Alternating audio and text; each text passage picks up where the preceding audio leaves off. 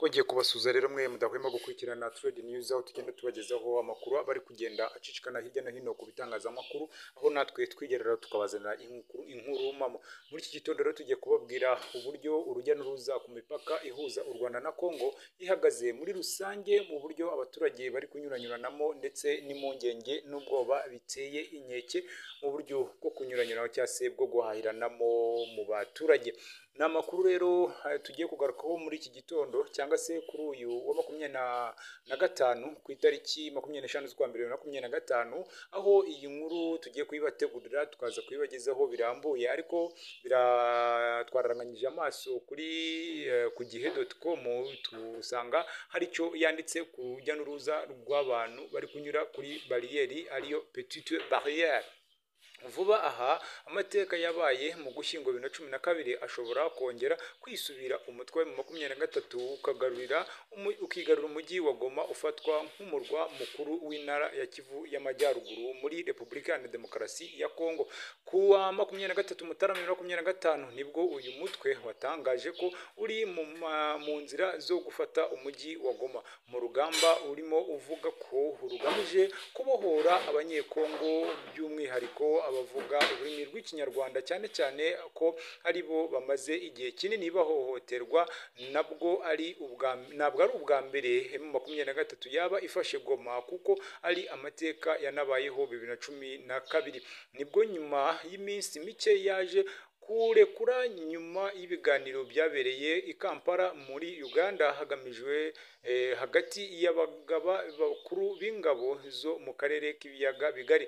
Nk'uko byari bimeze muri 2012, kuri ubu abarenga miliyoni 2 batuye mu uyu mujyi baryamiye amajanja, kuko biteze ko ibintu bishobora guhindura isura ni isaha ku isaha.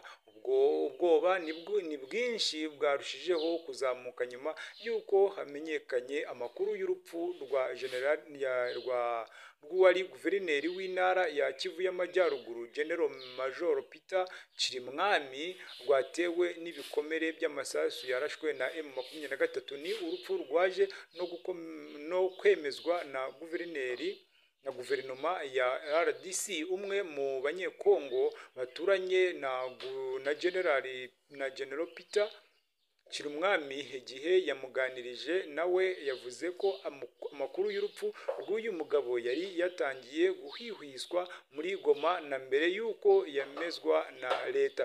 Yavuze ko hatari amakuru we yashidikanyijeho, cyane ko hari hashize icyumweru atabona uyu mugabo, mu gihe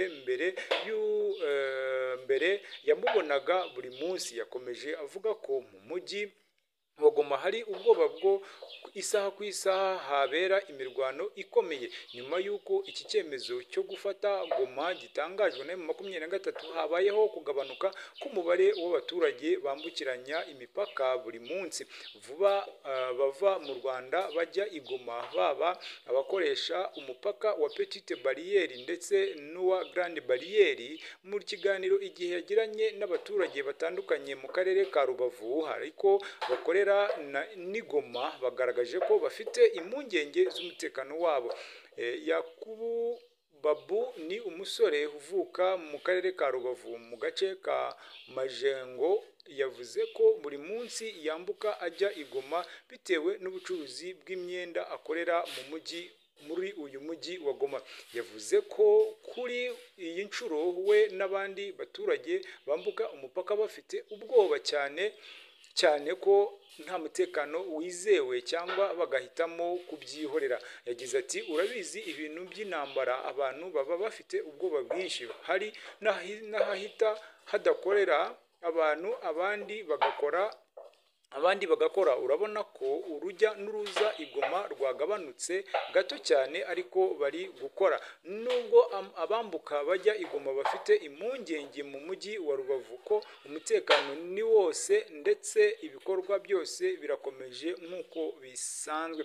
Ku mupaka wa Petite Barriere usanzwe unyuraho abantu ibihumbi, urujya n'uruza rwari rwagabanutse. Bamwe mu bakora ubucuruzi i Rubavu bahisemo kujya i Goma, nubwo hari abafite impungenge ku mutekano wabo.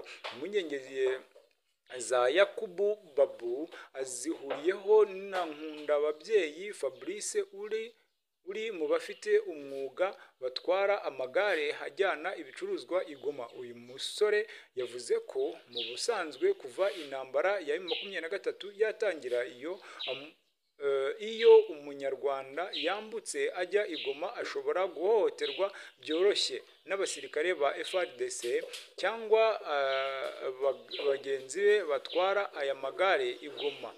Kugeza ubu nubwo ibikorwa byinshi bikomeje mu mujyi wa Goma nk'amabanki n'ingendo z'indege, hari bimwe byahagaze birimo n'amashuri. Mu ijoro rya gatanu tariki ya 24 Mutarama 2025 abatuye uyu mujyi kandi baraye mu mwijima bitewe n'imirwano ya M23 na FARDC yangije umuyoboro w'amashanyarazi wa Kibumba Goma.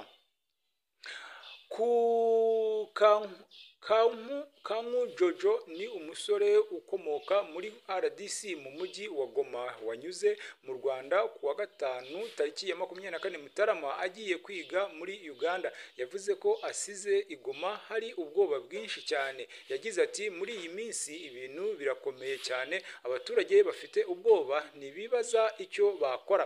Igisirikare kiri kwihagararaho ngo gikore ibyacyo, ariko ibintu birakomeye. Bamwe ntibazi niba bakwiriye guhunga, ariko bamwe bafite ubushobozi batangiye guhunga. Izi mpungenge zanagaragaje ko n'undi musore w'umunyekongo witwa Baba wavuze ko Goma ari agace k'intambara, hari intambara yahungabanyije abaturage nk'uko bisanzwe. Dufite ubwoba kugeza ubu haramenyekana igihe 23 izafatira Goma, gusa imirwano irarimbanije mu gace ka Sake iri mu birometero birenga gato 20 uvuye muri uyu mujyi.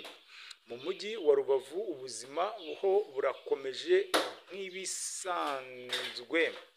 Abanyekongo binjira mu Rwanda bagaragaje ko Goma iri mu bwoba bwinshi. Urujya n'uruza ku mupaka wa Grande Barriere rwagabanutse ku buryo bugaragara.